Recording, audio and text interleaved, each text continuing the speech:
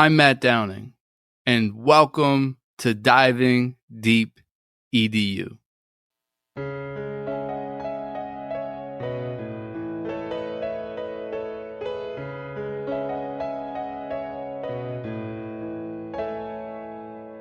Curious conversations with all types of peeps. Encouraging innovation, we are diving deep. Certainly education is what we like to speak. Fervent with dedication, now it is time to teach. Yeah.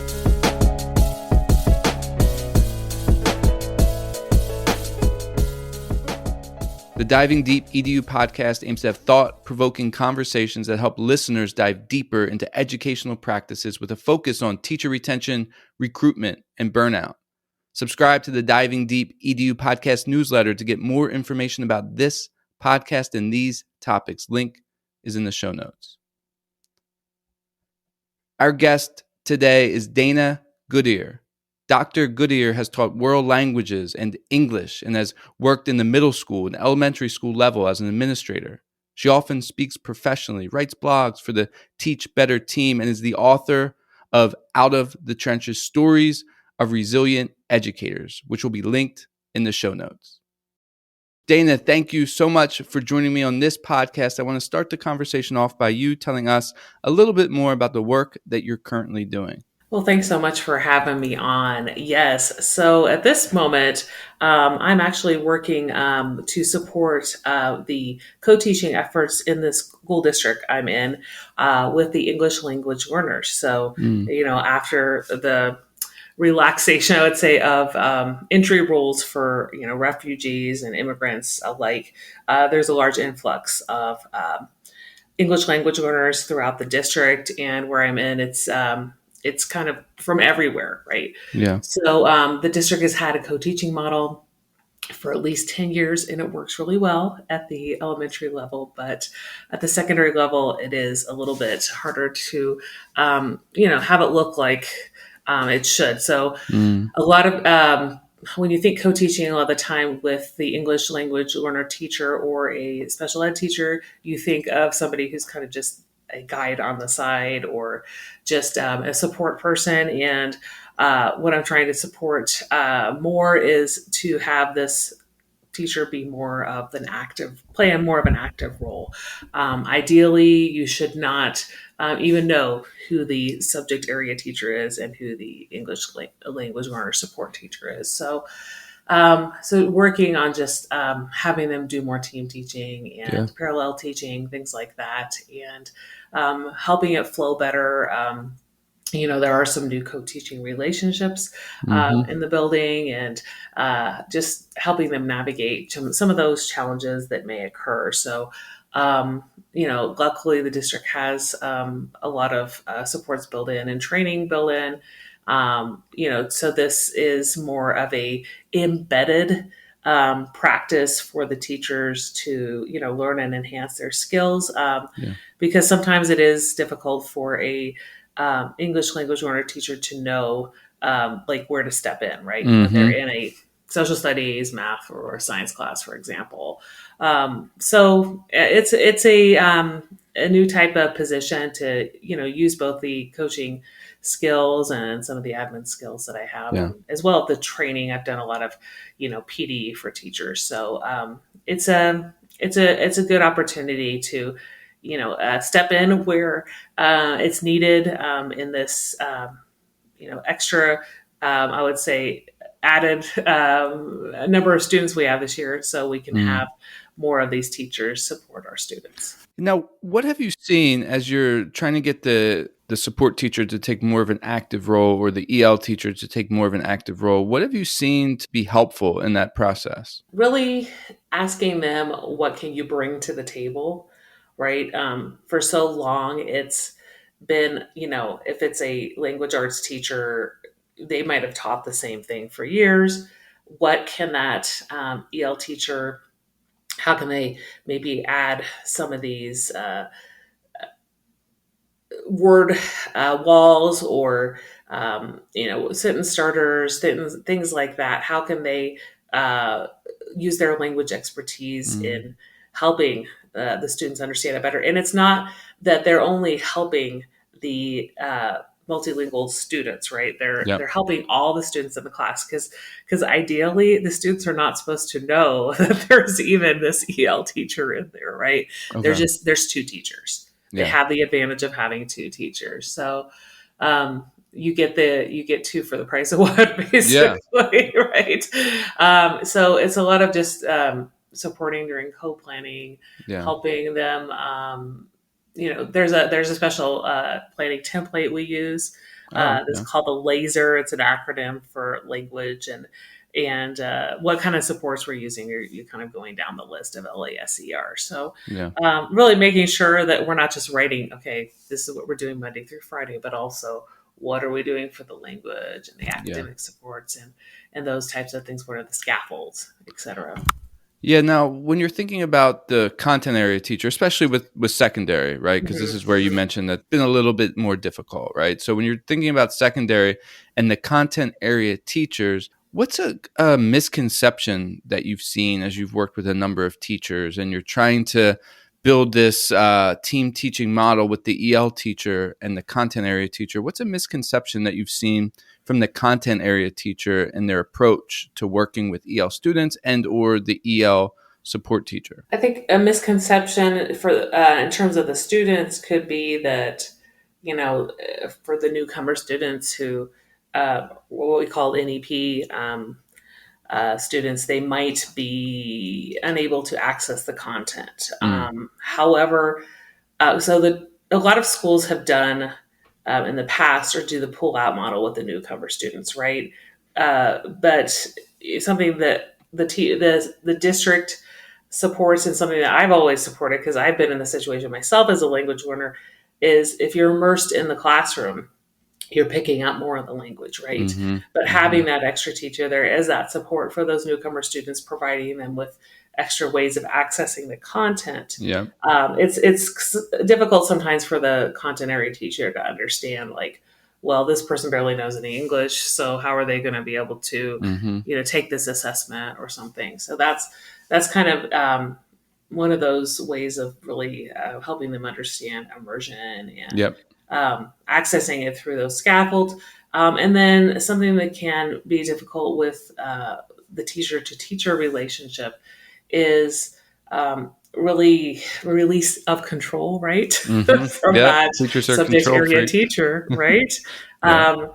Ideally, so in the elementary classroom, it works better because there often is that room for the other teacher to have like a desk or a work area or a station because you have so many of these stations, right? But in the secondary classroom, it's more that this EL teacher is floating from one class to another, and they might have an area in the classroom that they have their supplies, but it's really helping the content area teacher release, a significant part of the instructional piece in the classroom and not just be that stage on the stage, Yep. Yep. 100% of the time, Yeah. right? Yeah. And because it can so easily fall to the EL teacher just being that support and really not saying much except for helping some of the kids. Mm-hmm. And that's not what we're trying to do. We're not trying to have a warm body or somebody who feels like they're a para.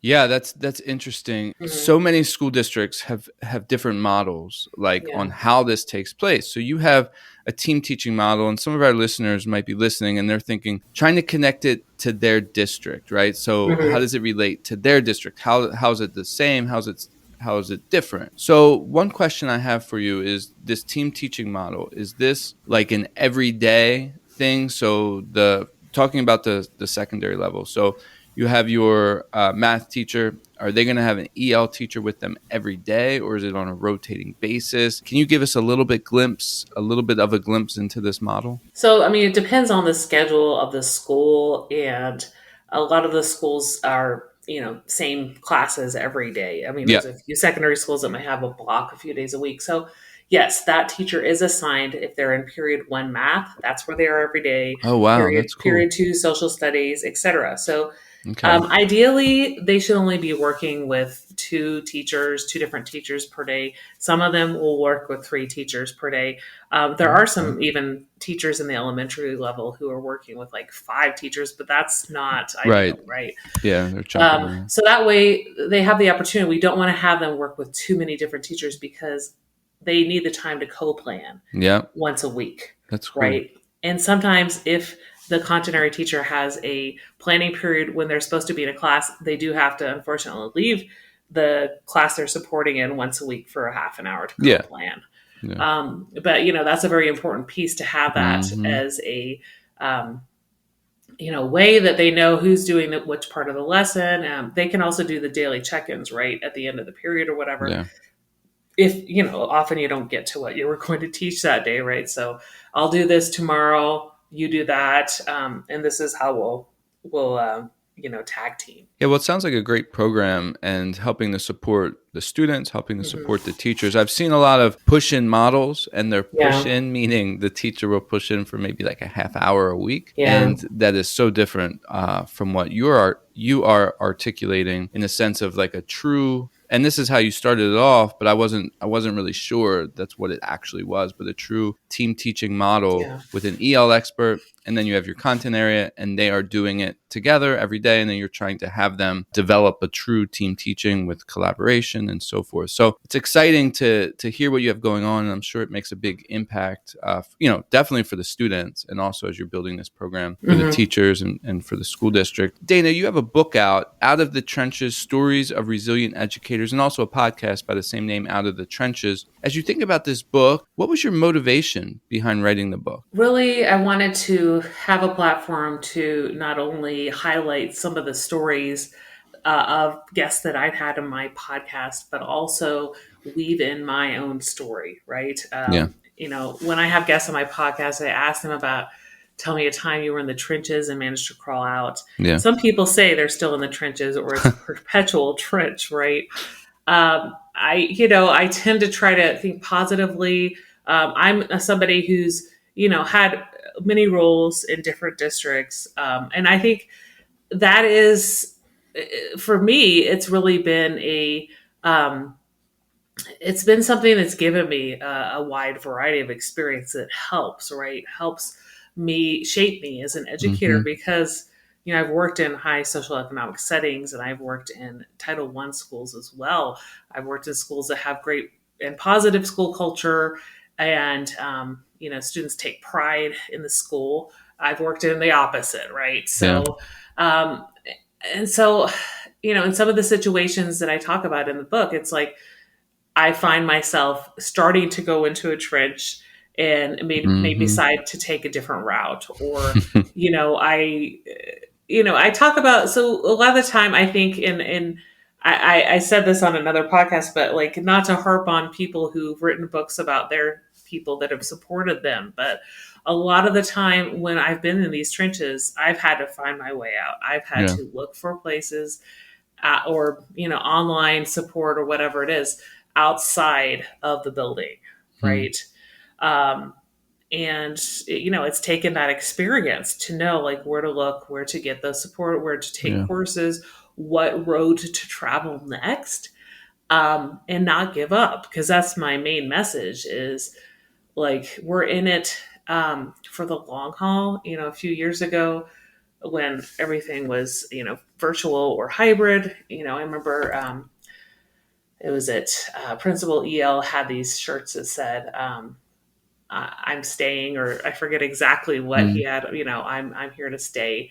So that's kind of my message. Like I'm still standing. I'm in it for, my why. Right. And I talk about how my why has changed, kind of what experiences changed that why, how I'm still striving for the next level. But, I don't only write the book for the story piece, but I also write it to give readers some tools to navigate through some of their trenches, right? And reflection questions. And it's something that you can use in a PLC, or, if you're a mentor teacher, you can work with a mentee through the book, or, same thing with an instructional coach and a teacher, or an admin and a teacher they're working with, Mm-hmm. to just kind of have those discussion pieces, because I think that's so important. And that's something I didn't, as I said, always receive, is that support person that you can lean on in the building, who you can go through some of these questions, and really reflection about what your practice is and what's your why. Yeah, those are important things. And it's important for educators to hear that and to be Mm-hmm. able to go along with those stories, because we've all been there, right? And Mm-hmm. Mm-hmm. how do we get out? And that's why your book is so important. As you think about many of the things that you've learned from this book and from hearing these stories, I'm sure there were many, many, many takeaways. But as you think about this now, what are a Mm-hmm. couple that sort of rise to the surface as big takeaways from this book? Well, one of the people that I wanted to definitely have on my podcast when I started out, because I'd been in touch with him earlier that year, was Rick Jetter. And, he's put out educational rehab. He's put out the 100 Stop series, for teachers should stop doing and now leaders should stop doing. So, what his story was, just something he'd gotten himself in a deep trench. Mm, And, it was addiction, and it was something that he, had to go through rehab actually to make sure he was fit to, be in a school again. And, it was a combination of both mm, addiction, but also depression. And in his book, um, School Leader Dunk Tank, he talks about some of these, like the underbelly of education that we don't really talk about, right? And it's not only necessarily people that are addicted, but also people that are in these situations where they could be blackballed, or mhm. you hear about, like, you're in Yeah. this toxic work environment and what happens. In his book, people are anonymous, but these are stories that Mm, unfortunately happen too often in education, because a lot yeah. of time people who get the power are not always, the leaders are not always people that they should put in those positions. Yeah. So, Yeah. I think that is a powerful story for readers to hear, kind of how he navigated his way and then came back to education. First, he went from being an assistant superintendent to then taking several years off to work through his problems, and then he was a teacher again, and now Oh, he's an that's cool. assistant director of a school. But and I also talk about people who help, in another way that's not that's no longer in the classroom or in a school. That, Mm, for example, Sherrianna Boyle, who has emotional detox. So she's written several books on that. She used to be a school counselor. So, how she navigated through her story, but now helps educators in really detoxing some of these feelings, mm, and working through mindfulness practice and things like that. And a lot of the time, I think, a few years ago, people were hearing too much self-care, right? But yeah. it's like, you take it and you take small bits of it. It's like, Mm, you do what works for you. You don't have to implement a mindfulness practice or exercise practice, but uh, doing bits and pieces of that will definitely help you get through the day during the hardest days. yeah. We're recording this at the very end of December, right? And it's not an easy time when kids are not willing. It's a hard couple of days to be in school, right? Mm. Right before Christmas. So you're getting through those tough days, right? As you write these stories and as you've Mhm. told these stories and compiled them, and, and we can even bring in your podcast as well, but focusing on your book, what has surprised you? People's willingness to share, I think. Mm, I recorded several of these episodes in the first couple, 6 months of having the podcast. And then I wrote a contract a little over a year after the podcast had launched for the book. And just, I, of course, reached out to these people and asked if I could highlight their story. And, it's not just something that's audio now, it's also in print, yeah, right? that's And cool. just their willingness to want to use their story to help others. Mm, All the other guests that I've had just on the podcast, really, just their willingness to want to um, be vulnerable, to highlight their um, journey as something that's helped them grow, because that's one of the goals of the podcast and the book, is like, these might be tough times, but they help you grow and find your way in how you serve students. Yeah, without a doubt. One reason that your book and your podcast stuck out to me is because it connects deeply with teacher retention. Hmm. So you've learned a lot, right, from just your experience within Yeah. education and then getting a doctorate and moving on through different roles.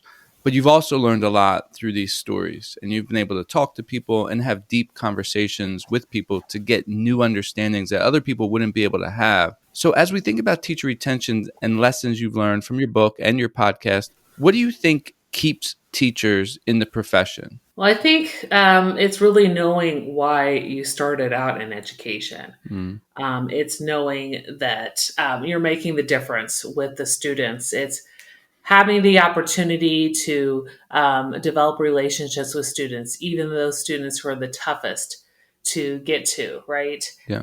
It's also making sure that you're taking time for yourself, that you're taking some of those sick days if need be. Hmm.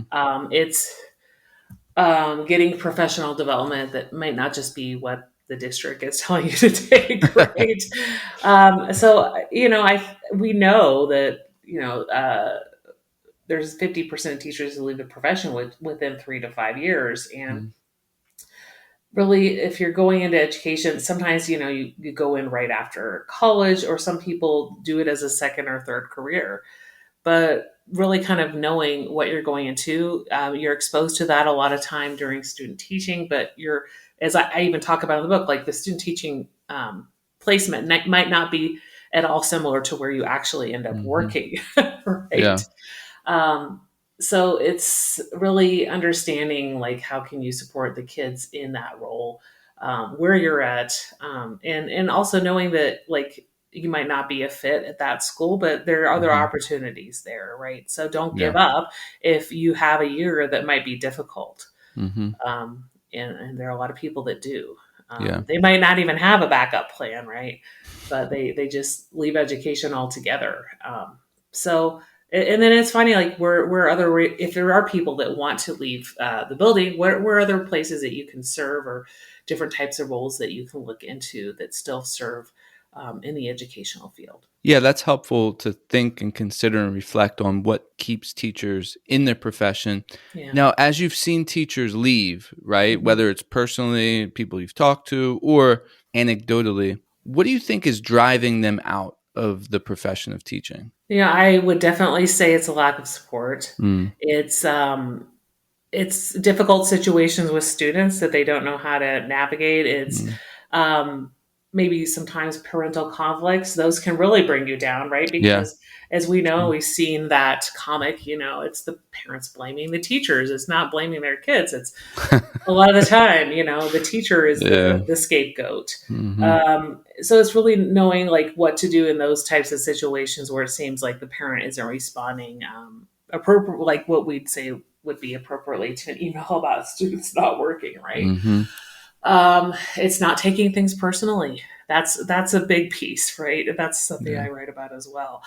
And it's really plugging in with those organizations, whether they be online through Twitter or through places like the Teach Better team, or they be statewide organizations.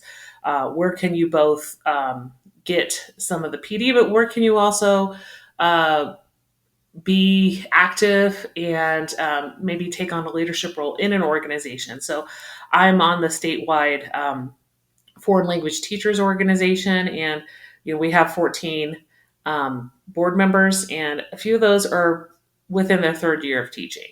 Oh, wow. So people that are new and actually get into these roles where they're helping serve the greater good Yeah. through helping in a teachers organization, Hmm.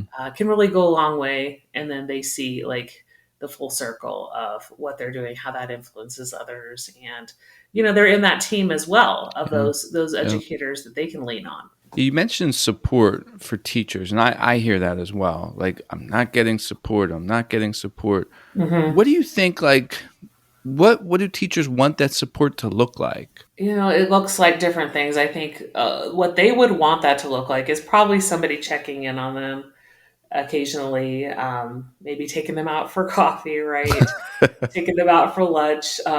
It could be that grade level or subject area colleague I think a lot of teachers want an admin who sees them, right? I Mm. definitely felt like I was ignored when I was in the classroom and a fairly new teacher, right? Because often the admin have 25 to 40 teachers on their evaluation list, and they might only see you once a year, and you feel like you're just a Yeah. person on a checklist, right? Yeah. Yeah. So Yeah. when you have an admin who is really trying to build relationships, who asks you questions about Mm. like your interests outside of teaching, right? And that's like, as somebody who's been an admin, it's like, yeah, it's taking the effort to build those relationships. Mm. It's taking the effort to be in classrooms throughout the day and do those walkthroughs and not just do something when it's observation time, Yeah. right? Yeah. So I Yeah. think those are some of the things teachers want. But they also, when you talk about admin, they don't want somebody who um, is going to be like judging them, right? Or Mm-hmm. somebody that they're going to be nervous about having in their classroom. So Yeah. it's more of that support person for them. Eventually, yes, they do have to do an evaluation, but I think it goes a long way when you have somebody who is often in your classroom and seeing what the kids are doing Yeah. rather than just for that evaluation piece. It's also somebody who is able to access some of these outside, Yeah. whether it be PD conferences, maybe financial support from your school to attend or be a member of these organizations as well. Yeah, that's interesting. What you're proposing sounds almost too easy, right? The administrator needs to build a relationship and go into the classrooms and support the teachers Hmm. and be there for them, right? But Yeah, oftentimes, I mean, I've experienced it. I went, I think, 3 years with no evaluation. yeah, So the principal would just call me at the end of the year. Hey, can you sign this? All right, yeah, I'll sign it, mhm, whatever.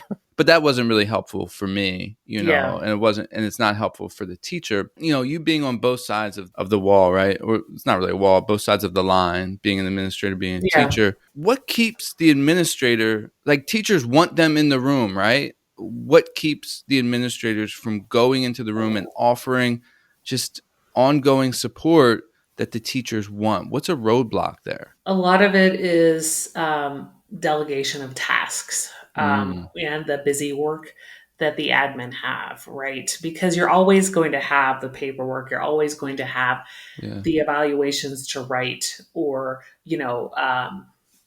if it's like an incident report, if there was a fight or something like Yeah, that, yeah, you're yeah. always going to have to enter Interesting. the data entry and stuff. But it's really knowing who you can lean on to do that. Your admin assistant can do a lot of these things. Hmm.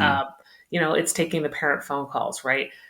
When they interview people for AP jobs, they always give you a list of 4 things that are like pressing issues, like, the fire drill went off. There's a parent, irate parent who's waiting to talk to you. So those things, like, what do you do first, right? Of those 4 things. Mm, And it's like, really, it's knowing where to best plan your day. There's going to be a lot of unknowns in the admin's mm, day, yeah. but making an intention to get into those classrooms. I've used Justin Bader's 500 Classrooms model. He wrote a book on 21 Days to High Performance Leadership, where he talks about getting into 500 classrooms a year. So Oh, wow. it's making sure that you are intentional about that, because that goes a long way with school culture. Mhm. When that author's going into classrooms, about how long is the author spending in classrooms to get to 500 in a year? So you start out at the beginning of the year, you take a couple weeks and you just do those walkthroughs that can be 5 to 10 minutes max, right? Okay. But then you intentionally, so you build up lists, of teachers. It could be based on where they are in the building. But also you can, you do cycles, right? So maybe the third month of school, then you start going into certain teachers' classrooms for 20 to 30 minutes, right? And you have different feedback for it. So there's a lot of things that you can Oh, use. He interesting. has on his site, the Principal Center, but that are more of that just walkthrough versus feedback forms versus when you're actually doing the evaluation. But it's all part of looking under the tip of the iceberg, because what a lot of these admins see when they do the once a year evaluation is just seeing like what's at the Yeah. tip and not really seeing Yeah. the teacher practice that lies underneath. You see what you see that's Mm, planned that day of the evaluation, And that's a dog and pony show. Okay, so that's helpful. So you also give us a lens into what the administrator's dealing with and, the nonstop, events or emergencies or different things that sort of keep them from getting into the classrooms. And that's good to be understanding of that and realize, because there's got to be a reason. If I'm in buildings and there's no principals getting into the classroom, so why is that? And maybe they need support or administrative support to help them with some of their tasks. So thanks for that insight. Dana, it's time for the final word. What would you like to say to close out this podcast? Well, I want listeners to remember that, as I said, it's not personal. If you're going through a trench, it's often the environments that you're in. It could be the school culture. It could be the lack of support. It could be the person that you would hope to support you is just going through their own trench and they don't have the capacity. So you find your support elsewhere. Look for ways. There's so many online places that you can go to get that support. It's reaching out to thought leaders. It's listening to podcasts like both of our podcasts. It's reading books. There's so many people out there like myself who are willing to just have a chat with you if you are going through that trench and don't know where to look. So you're not alone. There's people that have been through much worse and they're still in education. They're in there to make the difference. Before we end, who do you want to give a shout out to? I think I would probably want to mention Rick Jetter again, just because of all the work that he's done for educators. And, he leads Pushing Boundaries Consulting. So he pushes the boundaries of what is like the typical status quo, right? Okay. Because of he wants to invoke change in education, and he wants teachers and leaders to really be able to see beyond what's always been done and how can we improve it? How can we make things better? Dana, thank you so much for joining me on this podcast and all of your insight. Listeners, thank you for joining us on the Diving Deep EDU podcast. If you like this episode, subscribe, rate, review, and share it out. Until next time. Wow, it's time to reflect. That's astounding. You've been checking out the podcast from Matthew Downing. Hope you like diving deep like a scuba diver. And the show provoked hope, that's our true desire.